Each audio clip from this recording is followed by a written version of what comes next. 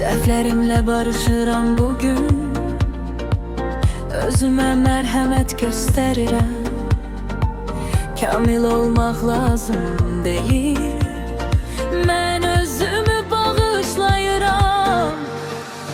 Ağırlıq əriyir düşür, ürəyim yumşalır indi. Mən özümü bağışlayıram tam, geçmiş məni artıq tutmur. Yeni sül içimdə doğulur, mən özümü bağışlayıram, mən varam.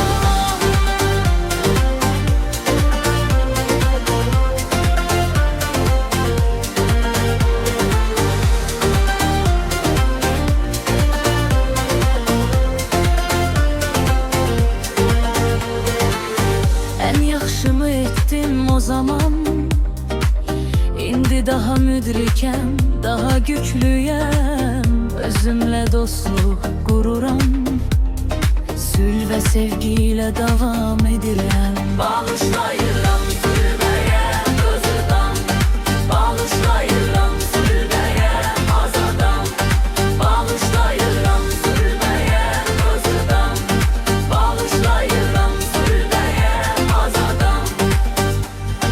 Mən özümü bağışlayıram tam, geçmiş məni artıq tutmur. Yeni sül içimdə doğulur.